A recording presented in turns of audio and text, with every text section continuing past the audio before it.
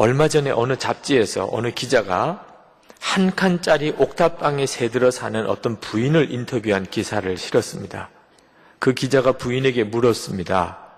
부인은 언제 가장 행복하십니까? 그 부인이 말했습니다. 밤에 빨래를 널 때가 행복합니다. 그때 하늘의 별을 바라보면 나는 행복한 여자구나 하는 생각이 듭니다. 기자가 다시 물었습니다. 왜 밤중에 빨래를 하시죠? 그 부인이 대답하기를 낮에는 주인집에서 빨랫줄을 쓰니까 밤에만 제 차례가 옵니다. 그 말을 하는 부인의 눈에 별이 총총 빛나고 있었다고 기자는 쓰고 있었어요. 주인집에 새들어 살기 때문에 밤에만 빨래를 해야 되는 그 부인이 그 빨래를 하다 보니 밤하늘이 별을 보게 되고 그래서 너무 행복하다. 이렇게 말할 수 있는 이것이 도대체 어떤 사람이기 때문에 생길 수 있는 것일까? 그 부인의 남편은 5년째 식물인간으로 누워 있습니다. 자, 그런 상황에서도 행복을 잃지 않는 비결이 뭐지요? 바로 그 부인이 예수님을 영접한 사람이기 때문입니다. 그는 자신을 위하여 십자가에서 죽으신 하나님의 사랑을 알았습니다. 죄사함을 알았고 그리고 영원한 천국을 알았습니다. 그 구원의 감사가 식당 일을 하면서 손 마를 날이 없고 밤에 빨래를 해야 되는 고달픈 생활 속에서도 기쁨을 잃지 않았던 겁니다. 엄마가 기쁨을 잃지 않으니까 그 초등학교 다니는 딸도 잘 자랐어요. 옥탑방에서 살았지만 귀엽고 너그러운 딸로 잘 자라고 있었습니다. 이 딸은 노트에다 글을 써서 아빠 눈에다가 보여주는 그런 방법으로 의사소통을 합니다. 아빠와 눈으로 말하며 행복하게 아빠의 손을 자신의 볼에 대고 웃는 딸의 모습이 얼마나 아름다웠는지 기자는 그 모습에서 천상의 기쁨을 느꼈다고 했습니다. 여러분, 기쁨은 환경으로 인해 오는 게 아닙니다. 내가 뭘 많이 가졌기 때문에 내가 하고 싶은 어떤 일을 성공해서 그래서 기쁠 것 같지만 진정한 기쁨은 그래서 오는 게 아닙니다. 진정한 기쁨은 예수 그리스도 안에서 옵니다. 그럼 무슨 뜻일까? 회개로 인하여 오는 기쁨입니다. 우리가 왜 기쁨이 없을까요? 그것은 우리 안에 죄가 내 마음의 기쁨을 다 가로막아 버리기 때문입니다. 죄책감에 눌려있는 심령이 겉으로 무엇을 소유해서 얻는 기쁨을 다 잃어버리게 만듭니다. 사도행전 3장 19절에 보면 너희가 회개하고 돌이켜 너희 죄 없이 함을 받으라. 이같이 하면 유쾌하게 되는 날이 주 앞에서 이를 것이요. 예수를 믿으면 진정한 회개를 하게 됩니다. 근데 이 회개가 죄 문제에서부터 내 심령을 풀어주어요. 그래서 용서받은 심령, 그 심령이 가장 놀랍게 누리는 것이 기쁨입니다. 제가 한번 부흥회를 갔다가 할머니 권사님 한 분을 상담을 했던 적이 있습니다. 80이 넘으신 분이에요. 그 교회 담임 목사님과 함께 담임 목사실에서 상담을 하는데 그렇게 말을 꺼내기를 주저하세요. 담임 목사님도 그 할머니의 속 깊은 상담을 받아보신 적이 없었다고 그랬습니다. 비로소 자기 속을 열어 보이시는데 17살 때, 일제 말 17살 때 시집을 갔는데 그만 아기를 가졌어요. 근데 남편은 징용에 끌려가고 2번 다시 만나지 못했고 그리고는 아기를 가진 채 있으니까 시댁에서 보기 애처롭다고 친정으로 돌아가라고 그러더래요. 배가 불러서 친정으로 돌아오니까 먹고 살기 어려운 그때 임신해서 돌아온 딸을 누구도 반겨주지 않더랍니다. 그러나 갈 때는 친정밖에 없으니 거기서 아기를 낳았는데 쌍둥이를 낳았어요. 쌍둥이를 보고는 친정 식구들도 다 고개를 돌리더래요. 17살 된 이 여인이 이 문제를 어떻게 풀어갈 방법이 없었어요. 그래서 한 아이는 젖을 주지 않았대요. 자식을 죽인 어미의 죄. 이 할머니 권사님이 누구에게도 말하지 못하는, 말할 수가 없는 그런 죄였어요. 그 죄책감으로 평생을 살았어요. 예수를 믿었지만 정확한 복음으로 해결받지 못했어요. 그 권사님은 그 교회에 청소는 도맡아 하셨어요. 물걸레질을 하는 권사님을 한사코 주변에 있는 다른 젊은 여성교 회원들이 말려도 청소하는 것만큼은 절대로 내어주지 않았다고 그래요.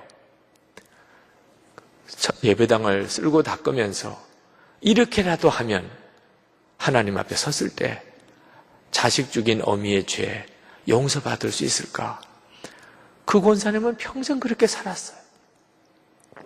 그러나 이제는 정말 하나님 앞에 갈 때가 다가왔다고 느끼고 정말 나는 용서받을 수 있는 건가? 그리고 제게 그 속을 열어놓으신 거죠. 기가 막히더라고요. 어떻게 그렇게 사셨나 싶어요. 그 권사님을 붙잡고 기도해 드리기 전에 권사님 먼저 3번 아멘 해주세요. 제가 말할 때마다 아멘 하세요. 그랬습니다. 자식을 죽인, 정말 어쩔 수 없는 절박한 형편에서 자식을 죽인 어미의 죄 예수님께서 대신 지시고 십자가에서 죽으셨습니다. 아멘을 못 하시는 거예요. 울기만 하시지. 권사님 지금 아멘 하셔야 돼요. 눈물 섞인 소리로 아멘 하셨습니다. 자식 죽인 어미의 죄 이제는 하나님이 기억도 하지 않으십니다. 아멘 하셨어요. 자식을 죽인 어미지만 하나님은 사랑하는 딸로 받으셨습니다. 아멘을 하시고는 펑펑 우시는데 그 권사님 붙들고 다시 기도해 드렸어요. 그리고는 저녁 집회가 끝나고 그리고 이제 마지막 교우들하고 인사를 하는데 옆에 계신 목사님이 자꾸 저를 보고 저기를 보라고 하시는 겁니다. 그래서 보았더니 그 권사님이에요. 다른 교우 한 분하고 이야기를 하고 계신데 웃고 계시는 거예요. 목사님 하시는 말씀이 자기는 저 권사님이 웃으시는 것을 한 번도 본 적이 없었대요. 자식을 죽인 어미가 무슨 웃을 일이 있겠어요. 근데 예수 그리스도 안에서 고백되어지고 그리고 용서받고 난 다음에 비로소 그 80 넘으신 그 할머니의 심령의 기쁨이 회복이 됐어요. 여러분, 예수 그리스도 안에서 주어지는 이 놀라운 기쁨, 여러분, 그것이 바로 우리 가정을 살리는 겁니다. 형편이 어떠냐 하는 것이 중요하지 않습니다. 여건이 좋아서 기쁜 것이 아니고 그 기쁨이 어려운 여건인 우리 가정의 문제를 해결해내는 겁니다. 이 기쁨을 우리가 누려야 다른 사람에게 기쁨을 전해줄 수 있습니다. 미국의 어느 의사가 그 아버님이 악성 췌장암으로 6개월밖에 더 살 수 없다는 그런 통보를 받았습니다. 근데 이 아버님과 관계가 안 좋았어요. 그 아버님은 너무 완고하고 또 감정이 메말라 있는 분이기 때문에 아들에게 애정 표현 한 번 한 적이 없었습니다. 아버지로부터 사랑한다는 말 한 번 들어본 적이 없었어요. 자라면서 아버지에 대한 분노를 가지고 살았습니다. 그 아들의 삶이 행복하지 못한 건 당연하지요. 쓴뿌리 때문입니다. 그런데 이 아들 된 의사가 아버지가 이제 세상 떠날 때가 임박한 이야기를 듣고 마음에 소원이 생겼어요. 아버지와 화해했으면 하는 소원이 생겼습니다. 병원을 찾아갔어요. 그리고 바짝 마른 아버지를 만났습니다. 그 아버지를 그냥 안았어요. 그리고는 아버지 사랑합니다 하고 말을 했습니다. 근데 이 말을 들은 아버지가 얼마나 놀랐는지 온몸이 잔뜩 긴장을 하고는 아무 반응이 없는 겁니다. 정말 마른 나무 토막을 끌어안는 것 같았다고 그랬어요. 우리 아버지는 변화의 갈망이 없구나, 그런 낙심이 왔지만 그러나 포기할 수가 없었어요. 아버님이 돌아가실 때까지 결코 포기할 수가 없었어요. 아버지에게 사랑한다는 말 한마디 듣고 싶었어요. 병원에 찾아갈 때마다 아버지를 끌어안고 아버지 사랑합니다 했어요. 몇 달이 지나서 아버지가 끌어안아주는 아들을 팔을 움직여서 안으셨어요. 아무 말을 하지 않았지만 너무너무 감격했답니다. 아버지가 자기를 안아주었어요. 그리고 몇 주가 지나서 아버지가 끌어안고 아버지 사랑합니다 하는 아들에게 얘야, 나도 너를 사랑한다. 미안하구나 하고 말을 했다는 겁니다. 이 아들로서는 평생 처음 들어보는 아버지로부터 사랑한다는 고백이었습니다. 마음이 너무나 기뻤다고 그랬습니다. 여러분, 가정 안의 진정한 기쁨은 진정한 회개에서부터 오는 겁니다. 하나님과의 관계에서뿐만 아니고 부부 사이에도 부모와 자녀 사이에도 진정한 기쁨은 이 기쁨을 가로막고 있는 죄 문제의 해결에서부터 오는 것입니다. 그것은 고백으로 인하여 이루어지는 것이에요. 가정의 행복을 우리가 정말 원한다면 우리가 죄를 깨달은 즉시 미루지 말고 하나님께 고백하고 그리고 가족들에게 고백해야 합니다. 완벽한 부모의 모습보다는 잘못했을 때 아이들 앞에서라도 하나님께 무릎 꿇고 회개할 줄 아는 그 부모의 모습이 자녀들의 굳은 마음을 풀어내게 됩니다. 가정의 진정한 기쁨을 회복하게 되는 거죠. 예수님이 하시는 것입니다. 오늘 이 시간에 우리가 성찬을 받습니다. 여러분, 정말 여러분 안에 일어나고 있는 이 구원의 역사, 여러분 가정 안에 충만하게 여러분들이 맛볼 수 있게 되기를 원합니다. 성찬을 받으면서 기도하십시다. 사랑이신 예수님, 기쁨의 근원이 되신 예수님, 제 안에서 주님의 역사 이루시기 원합니다. 아직도 예수님을 영접하지 않으신 분이 계시다면 이 놀라운 축복의 세계로 여러분을 초청합니다. 오늘 성찬을 받으실 때 예수님을 내가 마음으로 구주 영접하기를 원하시는 분은 성찬을 받으셔도 됩니다. 아직 예수님을 영접하지 못하신 분들에게는 성찬을 식때 기도하시면 좋겠어요. 그러나 오늘 이 시간에 여러분에게 여러분 자신과 가정을 향한 놀라운 구원의 시간이 되기를 축복합니다. 오늘 우리가 정말 가정에서 자녀 교육이라는 게 갈멜산에서 850명을 무찌르는 비결 10가지, 또 하나님 앞에 불 내려달라고 온통 기도 제목이 불불 이렇게 있는 교육이라면 바로 그 잣대로 자녀들이 우리를 대할 것이에요. 우리가 나이가 들어갈수록 아버지는 무능하다고. 여러분, 오늘날 저는 정말 우리 어른들을 위해서 기도합니다. 젊은이들이 우리 기성세대를 인정하지 않기 때문에. 그래서 아버지들이요, 절규처럼 하시는 이야기가 자꾸 그런 얘기를 해요. 내가 지금은 이래도 말이야, 젊을 때 내가 850대 1로 내가 갈멜산에서 이긴 사람이야. 왜 이래? 네 아버지가 이런 사람이야. 이런 이야기를 자꾸 하는데 애들이 접수를 안 시켜줘요.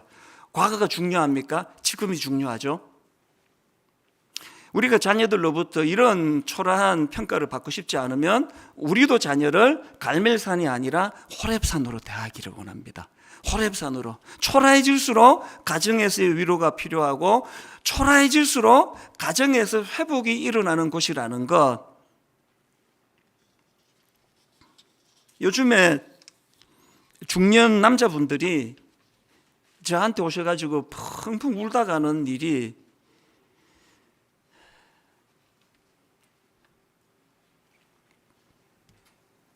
왜 아버지들이 그 집에 가서 우시지? 왜 저한테 와서 울다 가세요? 집에 가서 우는 거가 접수가 안 되는 게 가정이에요. 아버지가 이렇게 약하면 우리 어떡하라고. 저는 가정의 회복은 아빠가 가정에서 아이들 앞에 울 수 있는 자리까지 가는 거라고 생각을 합니다. 아이들에게 마음껏 울 수 있는 아버지. 이게 호렙산이에요. 이런 생각을 제가 하게 된 건요, 한 2주 전입니다. 저에게 호렙산은 새벽이거든요. 장소 불문하고 항상 새벽은 저에게 호렙산이에요. 새벽에 호렙산이 있을게 제가 살아 있습니다. 한 2주 전쯤에도요, 새벽에 하나님이 무슨 깨달음을 주시는가 하니까, 이제 이 코로나 바이러스가 딱 발생을 하고 이제 장례를 맞는 가정들, 그 가정들은요, 세상에 엄마 아빠가 아버지 어머니가 돌아가시는 너무나 슬픈 현실인데 아무도 위로받지 못하는 문상을 다 막아놓은 상태니까요. 그리고 공교롭게도 딱 그거 터질 때 모 교회에서 목사님이 장례 신방을 갖다가 거기서 이제 코로나를 전염해서 교회에 이렇게 확산이 됐다, 그런 기사가 나가지고요, 대한민국의 거의 대부분의 교회들이 장례 때 이제 가서 위로 예배를 못 드렸습니다. 다 양해를 하시죠. 그렇게 하고 지나갔는데요, 한 2주 전이에요. 한 3주 전인가요? 새벽에 마음이 너무 괴로운 거예요. 세상에 그런 슬픔을 당한 우리 성도님들이 3일 내내 그 장례식에서 위로해 주러 오는 사람 한 명 없이, 찾아오는 교역자 없이, 예배 한번 드릴 수 없이 그렇게 장례를 치렀다 생각하니까 너무 마음이 아픈 거예요.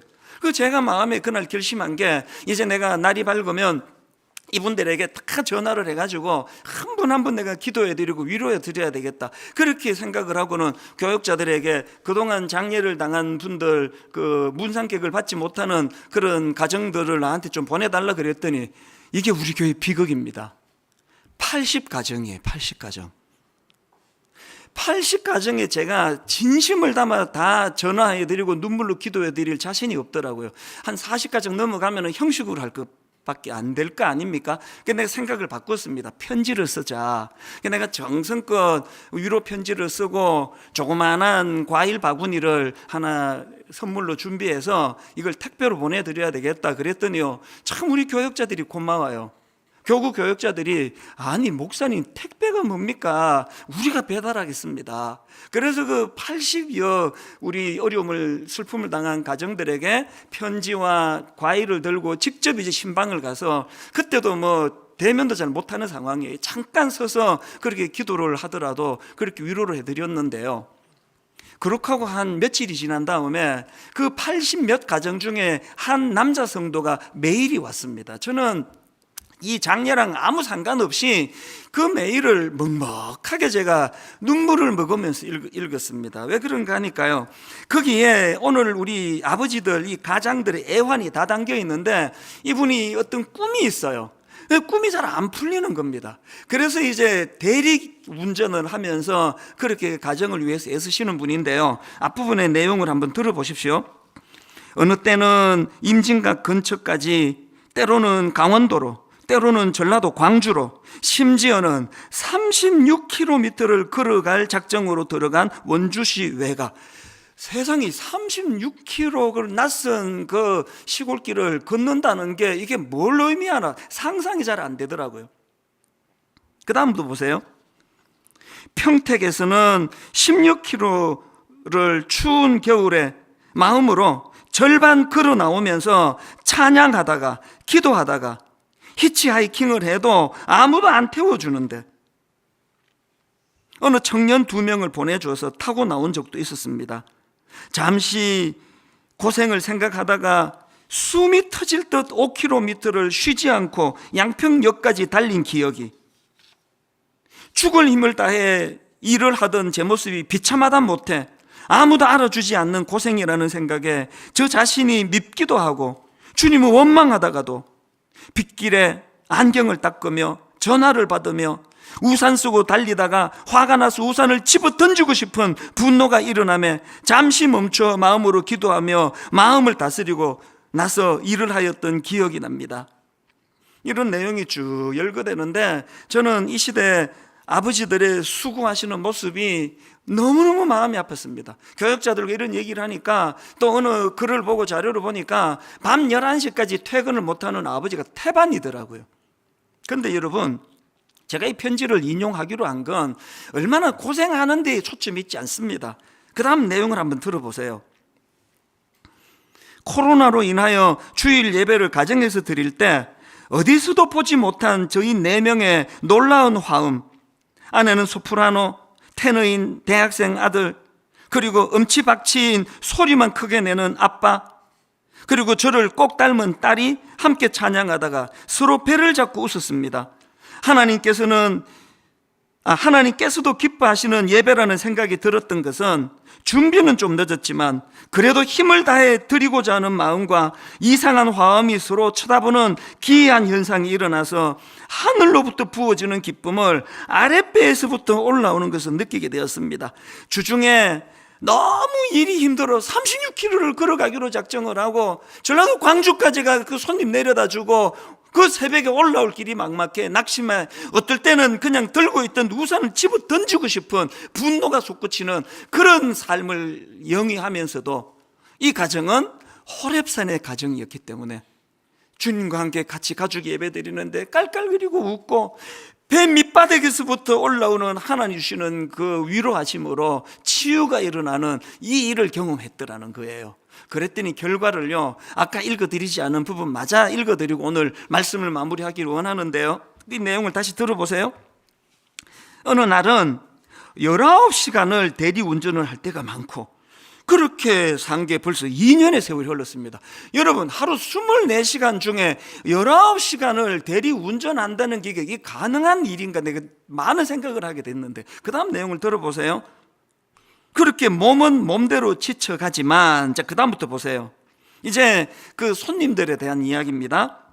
때론 술이 덜 취해서 소통이 잘 되는 분들에게는 복음을 전하고, 심지어는 차에 뛰어내려도 안 죽고 강물에 뛰어내려도 안 죽고 손목을 그어도 안 죽는 자매를 데려다 주며 그때 주시는 하나님의 마음을 전달했더니 펑펑 울면서 다시 힘을 내겠다고 아파트 앞에까지 나와서 인사했던 기억이 납니다. 자녀와의 갈등 얘기 중에 눈물을 흘리시던 가장들, 하나님 나라에 대하여 당신을 향한 하나님의 마음을 그대로 전하였던 것 같은데 저도 마음 짠하여 눈물을 머금고 다음 행선지로 향하였죠. 때로는 임진각 근처까지, 때로는 강원도로, 때로는 전라도 광주로 힘든 대리운전하는 이분에게 그 가정 자체가, 그 가정이 호렙산에서의 하나님을 경험하는 너무나 화목한 가정이었기 때문에 힘을 얻을 동력을 그 아버지가 거기서 얻어내신다. 오늘 우리 모든 예수 믿는 예배 드리는 저와 여러분이 추구해야 될, 저도 마찬가지예요. 가정에서는 저도 그렇게 높은 점수를 받을 아버지가 아니라는 걸 자책하는 사람이에요. 교회 일한다는 핑계로 자녀들과 더 많은 시간을 가지지 못하고 대화가 서먹서먹하고 이 문제로 저도 고심하고 있는 아버지에 불과합니다. 그러나 오늘 우리 같이 힘을 내자고요. 하나님, 그동안 자녀 교육에 갈멜산의 승리의 하나님만 추구하는 우리 가정이었다면 참 초라한 로뎀나무 밑에서 하나님 은혜를 구하는 호렙산의 하나님 은혜를 구하기 원합니다. 결론을 이렇게 맺기 원합니다. 몇 주 전에 그 가평 우리 마을의 컨셉을 가지고 영상으로도 보여드리고 했는데요, 그때 두 고마운 전문가 성도님들이 참여해 주셨어요. 그 중에 한 분은 초신자예요. 카피라이터도 계시고요.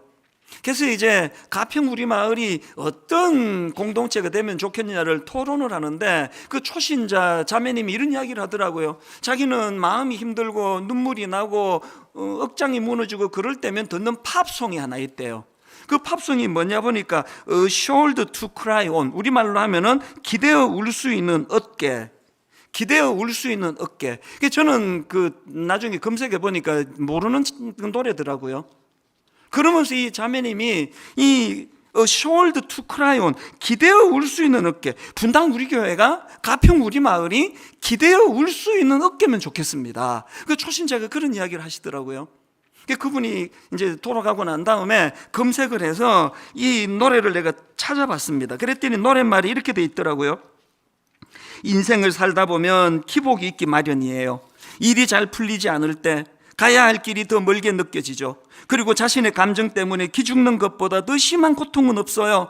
현실을 노래하고는 그 다음 한번 들어보세요. 당신의 내면에 어떤 감정을 숨기고 있는지 알기는 어려워요. 당신의 내면에 어떤 감정을 품고 있는지 알기는 어려워요. 당신은 수많은 생각과 느낌을 숨기고 있잖아요. 하지만 제가 당신 곁에서 함께 걷게 해준다면, 하지만 제가 당신 곁에서 함께 걷게 해준다면 훨씬 나아질 거예요.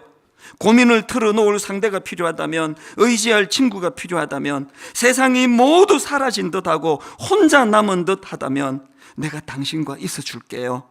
제가 당신이 기대어 울 수 있는 어깨가 되어 줄게요. 제가 당신이 기대어 울 수 있는 어깨가 되어 줄게요. 내가 그곳으로 가겠어요. 세상이 모두 다 사라진다 해도 당신은 혼자가 아니네요. 내가 거기 있어 줄 테니까요. 갈멜산만 추구했던 부모들이 자녀들에게 하는 절규처럼 들리기도 하고요.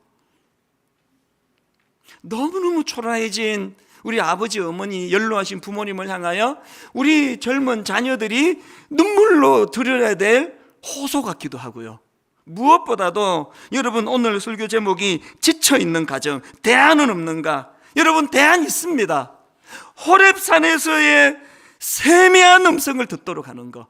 갈멜산의 능력만 추구했던 우리가 이제 하나님 호렙산에서의 초라할 대로 초라해진 우리를 내치지 않으시고 세미한 음성으로 꾸짖지 않고 품어주시는 그 위로의 하나님을 부모된 우리가 먼저 경험하기를 원합니다. 그 넉넉함으로 우리 자녀들을 사랑으로 품어주는 그런 부모 되기를 원합니다. 갑자기 그런 생각이 났어요. 제가 만나교회 담임 목사가 되기 전이었던 것 같아요. 제가 요 앞에 동북호롱 아파트에서 살 때였는데 교회에서 전세비를 보조를 해주고 저도 이제 밖에 아파트에서 살았어요. 근데 제 아내가 저에게 이렇게 얘기를 하더라고요. 여기에 한 몇 천만 원만 보태면 이 집을 살 수 있을 것 같아. 그 집을 살 수 있는 철호의 기회였던 거예요. 근데 저는 어떤 마음의 결심을 했냐면, 이건 제 기준이에요. 여러분들 기준이 아닙니다. 저는 만나교회 목사로 이렇게 평생 목회를 하면서 내가 이렇게 집이나 재산을 이렇게 소유하지 않고 목회를 하다 은퇴하면 좋겠다, 그런 생각을 가지고 있는 제 아내가 집을 살 철호의 기회라는 거예요. 제가 쉽게 얘기를 했어요. 생각하지 마, 꿈도 꾸지 마. 그리고 집을 안 샀는데 얼마 지나지 않아서 몇 억이 올랐어요. 제가 마음이 어땠을까요? 어땠을까요? 저 진짜 거짓말 하지 않고 아무런 서운함도 없었어요. 저는 굉장히 기뻤어요. 왜냐하면 제 가치를 지킨 일 때문이었어요. 전 여러분들에게 도전을 주고 싶은 게 있어요. 우리들이 이 세상을 살아가며 어떤 가치를 두고 우리들이 살아가는가? 적어도 우리들이 하나님 중심적으로 살아간다고 하는 게 우리들에게 경제적인 이득을 가져다 준다거나 우리들이 이 세상에서 취할 수 있는 어떤 이득을 취하는 것이 아니라 하나님 중심으로 살아가는 가정이 절대로 잘못되지 않는다고 하는 우리들의 믿음이 우리들에게 있을 때 우리들이 그 믿음을 따라 살아갈 수 있지 않겠는가? 제가 설교 원고에 이렇게 썼어요. 하나님, 하늘을 향하여 우리의 눈을 들면 하늘 문이 열려지지 않겠습니까? 하나님을 중심으로 살아가면 우리들이 때로 넘어지지만 일어서지 않겠습니까? 하나님을 중심으로 살아가면 우리들이 이 세상에서 유혹에 그렇게 쉽게 흔들리지 않을 수 있지 않겠습니까? 우리 부모들이 종종 자녀들을 향하여, 아니 우리 가정에서 우리들이 이건 가정을 위한 일이야 라고 말을 하지만 정말 그것이 우선순위가 올바로 세워진 일인가를 우리들이 분명히 보아야 되지 않을까? 믿음의 중심이 바로 되는 것, 믿음의 가문을 세우기 위해 사실 오늘 말씀과 지지난주에 전했던 말씀은 제가 10여 년 전에 가정에 대한 설교를 하면서 한편은 아버지의 역할, 그리고 오늘은 어머니의 역할에 대한 그런 설교였어요. 근데 요즘은 어머니의 역할이 어머니가 아니어도 하는 것 같아요. 그렇죠? 요즘은 남자들이 육아휴직을 내고 아이들을 돌보기도 하죠. 또 요즘은 할머니, 할아버지들이 아이를 돌봐주기도 합니다. 그래서 여기서 물리적인 어떤 어머니라기보다는 아이들에게 시간을 많이 함께 할 수 있는 그런 부모들, 그 자녀들을 어떻게 키우고 가정에서 어떤 믿음의 스탠스를 취할 것인가 중요하다는 생각이 들어요. 성경에 보니까 모세에게는 요게벳이라고 하는 믿음의 어머니가 있었어요. 사무엘에게는 한나라고 하는 믿음의 어머니가 있었어요. 오늘 디모데에게는 할머니 유니게와 어머니 로이스와 할머니 유니게가 있었어요. 감리교회 창시자인 요한 웨슬리를 이야기할 때마다 빠지지 않고 이야기하는 게 그의 어머니 수산나 웨슬리를 이야기해요. 유명한 성 어거스틴의 이야기를 할 때마다 눈물의 어머니 모니카를 이야기해요. 근데 굉장히 흥미로운 점이 있습니다. 모세가 그렇게 어머니의 믿음을 따라 위대한 사람이 되었는데요, 모세의 자식들이 그 믿음을 이어가지 못합니다. 사무엘이 그렇게 위대한 선지자였는데 사무엘의 아들들이 지도자가 되지 못합니다. 솔로몬 왕 때에서 다윗이라고 하는 그 위대한 왕에서 솔로몬이 이어졌지만 솔로몬 때에서 그 자녀들이 끊어져 버리고 맙니다. 왜 그럴까 생각해 보니까 믿음의 어머니를 통해서 위대한 믿음의 사람들이 만들어졌는데 그 다음 세대에는 믿음과 눈물의 어머니가 존재하지 않는 거예요. 출애굽기 2장 2절에 모세의 어머니 이야기가 나와요. 자, 한번 봅시다. 그 여자가 임신하여 아들을 낳으니 그가 잘생긴 것을 보고 석 달 동안 그를 숨겼으나. 자, 여기 보세요. 아들을 낳았는데 그 아들이 어떻게 생겼다고요? 잘생겼다. 이 표현은 전혀 객관적이지 않습니다. 그렇죠. 제가 교회에서 우리 부모들, 어린아이 안고 있는 이런 부모들을 보면 참 아이들을 예뻐해요. 예뻐요. 저도 예쁘다 그래요. 근데 이건 전혀 객관적이지 않습니다. 예쁜 거예요. 상처 안 받는 거죠. 저도 마찬가지예요. 자, 아이가 예쁜 건 당연한 거예요. 근데 왜 성경은 그 잘생긴 것을 보고 이렇게 표현을 했을까? 성경을 보면서 그런 의문을 한번 가져보세요. 자, 히브리서 11장 23절에는 이렇게 표현을 하고 있어요. 믿음으로 모세가 낳았을 때 그 부모가 아름다운 아이임을 보고 석 달 동안 숨겨 왕의 명령을 무서워하지 아니하였으며. 흥미로워요. 그 부모가 아름다운 아이임을 보고. 이 말은 외모에 대한 그런 객관적이지 않은 주관적인 평가에 대한 것이 아니에요. 요게벳이 모세가 태어났을 때 그 아이에 대한 가치, 하나님께서 이 아이를 사명자로 주신 것에 대한 가치를 알아보고 석 달 동안 숨겨두었다. 이것은 외모에 대한 것이 아니에요. 믿음의 눈으로 아들을 바라보며 이 아이가 하나님의 자녀입니다라고 고백하고 있는 거예요. 오늘 여러분들에게 도전하고 싶은 거예요. 여러분들의 자녀와 여러분들의 가정, 여러분들의 부모와 여러분들의 형제자매를 바라보며 그 아이가 객관적으로 어떤 특징들을 가지고 있느냐, 이것에 대한 문제가 아니라 하나님께서 나에게 주신, 하나님께서 택하신 사람이라고 하는 그런 믿음의 고백이 있는가. 제가 어제 또 젊은 엄마들한테 그런 이야기를 했어요. 아이들 공부하는 거 그렇게 너무 신경 쓰지 마라. 공부 잘하는 애들은 머리가 좋은 거예요. 동의 안 하세요? 머리가 좋은 애가 열심히 공부해야 공부 잘하는 거지, 아무리 공부해도 안 되는 애들이 있어요. 모두가 돈을 벌 수 있는 것들 아니에요. 만약에 우리들이 이 가치를 세상적인 풍조에 둔다고 하면 그 가정이 절대로 행복하지 못해요. 이 가정, 이 자녀를 우리들에게 주신 이 하나님의 은혜와 하나님의 생각을 우리들이 하고 살아가는 거예요. 자, 김요셉 목사님 이야기로 잠깐 넘어가 볼게요. 제가 이 말씀을 오래전에 준비해놨는데, 김요셉 목사님이 쓴 삶으로 가르치는 것만 남는다라는 책이 있어요. 지난주에 김요셉 목사님이 설교를 하셔서 조금 더 리얼하게 얘기할 수 있는 것 같아요. 자, 지난주 설교 중에 김요셉 목사님이 이런 얘기를 했어요. 자기는 태어나서 초등학교, 중학교, 고등학교를 다 수원에서 나오고, 본인은 그렇게 이제 그 당시에 이렇게 이제 영어도 잘 못하고, 근데 그 목사님은 지금 한국말보다 영어를 훨씬 더 잘하는 분이거든요. 여러분 그 말 믿지 마세요. 거짓말이에요. 그 목사님이 여기서 초등학교, 중학교, 고등학교까지 나온 것은 맞지만 어머니가 미국 사람이고 해서 중간중간 미국에 가서 교육받을 기회들이 많이 있었어요. 그러니까 여러분들 김요셉 목사님 말을 듣고 내 아이도 수원시 어디에 태어났는데 영어를 잘할 것이다, 이런 꿈을 꾸지 마세요. 그런 일 없어요.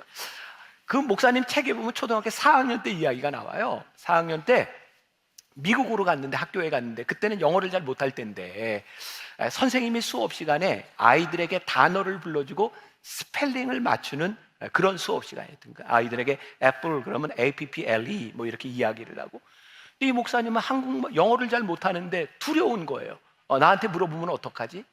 근데 자기 차례가 되었을 때 선생님이 요셉이 나와 그러더니 칠판에다가 선생님 이름을 한국말로 써봐. 그래서 한국말로 썼대요. 그래서 선생님이 이렇게 얘기하는 거예요. 봐, 요셉이는 선교사 자녀인데 이렇게 한국말을 잘 써. 수업을 마치고 났더니 애들이 전부 자기 이름을 가져와서 한국말로 써달라. 그래서 그 목사님이 일약 스타가 되었다. 이제 그런 이야기를 하고 있는 거예요. 목사님이 거기서 하고 싶었던 이야기는 영어가 다가 아니다. 그리고 우리들의 단점이 다가 아니다. 하나님은 모든 것을 쓰신다. 그런 이야기를 하고 있는 거죠. 저도 목회를 하면서 영어에 대한 많은 어떻게 컴플렉스라고 할까? 내가 영어를 좀 잘했으면 더 많은 일을 할 수 있었을 텐데 그런 생각들을 늘 하죠. 뭐 얼마 전에 유명한 미국의 기업 칙필레이라고 하는 유명한 기업 회장님을 이렇게 좀 만나게 해줄 테니까 같이 좀 만나라 애틀란타에서 뭐 그런 이제 이야기를 들어도 내가 만나면 이렇게 영어를 이렇게 자유롭게 하지 못하니까 그런 걸 좀 피하게 돼요. 유명한 빌리 그레함 목사님, 프랭클린 그레함 목사님, 또 그 다음 세대가 하고 있는 사마리안 펄스라고 하는 큰 단체장들 이렇게 연결을 해주고 만나도 저는 이렇게 영어에 대한 이렇게 위축감이 있어요. 내가 영어를 좀 잘했더라면. 근데 어느 날 하나님이 저에게 주셨던 깨달음이에요. 제가 이제 요즘은 제가 올해도 이제 미국에 가서 이제 강의나 설교를 할 기회가 있는데 제가 영어가 잘 안 되니까 이렇게 통역을 세워서 해요. 통역을 세워서 강의를 하면 너무 답답해요. 그래서 제가 한 번은 내가 그냥 할게. 그거 제가 영어로 했더니 듣는 사람이 답답해요. 그러니까 이거는 문제가 해결이 잘 안 돼요. 내가 이것만 좀 잘할 수 있었더라면. 근데 요즘은 깨닫게 되는 게 제가 만나교회 목회를 하면서 제가 영어가 참 부족하지만 이제는 미국 사람들이 들으려고 노력을 해요. 그러니까 제가 말을 했는데 못 알아듣으면 뭐라고요? 다시 한번 얘기해 주세요. 그리고 저희 교회는 또 영어를 하는 사역자들 하나님이 또 많이 붙여주셔서 그 일들을 하게 하세요. 요즘 저에게 깨닫게 하시는 거예요. 우리들이 가지고 있는 능력에 대한 문제가 아니라 하나님이 우리들에게 붙여주시는 사람들과 하나님께서 인도하시는 그 인도하심은 우리들이 가지고 있는 능력보다 훨씬 더 크고 위대한데 우리들이 하나님의 능력을 우리들이 인정하면서 우리들이 살아가고 있는가. 자, 제가 참 마음이 편한 것 중에 하나는 여러분들 남경필 집사님 있잖아요. 경기도 지사를 했으니까 저에게 이제 친구이기도 하고 제가 이렇게 가깝게 교제를 하는데 제가 잠깐 얘기를 했던 적이 있고 이미 이게 매스컴을 통해서 나왔기 때문에 제가 얘기할 수 있을 것 같아요. 작년 성지순례를 갔을 때 거기에서 전화를 한 통화 받게 됐는데 매스컴에 잘 알려진 그 아들이 큰 아들이 마약을 하다가 이제 걸리게 된 거예요. 전화를 하는데 바로 그 동생에게 너 형을 바로 신고해라. 너희 형은 지금 이거 구치소에 형무소에 들어가지 않으면 이 문제가 해결되지 않는다. 그래서 형이 직접 아버지 이야기를 두고 신고를 했어요. 그런데 구속이 되지를 않았어요. 그래서 막 그런 상황 가운데서 성지순례 중간에 다시 한국으로 먼저 나오게 되고 그 과정이 굉장히 복잡했어요.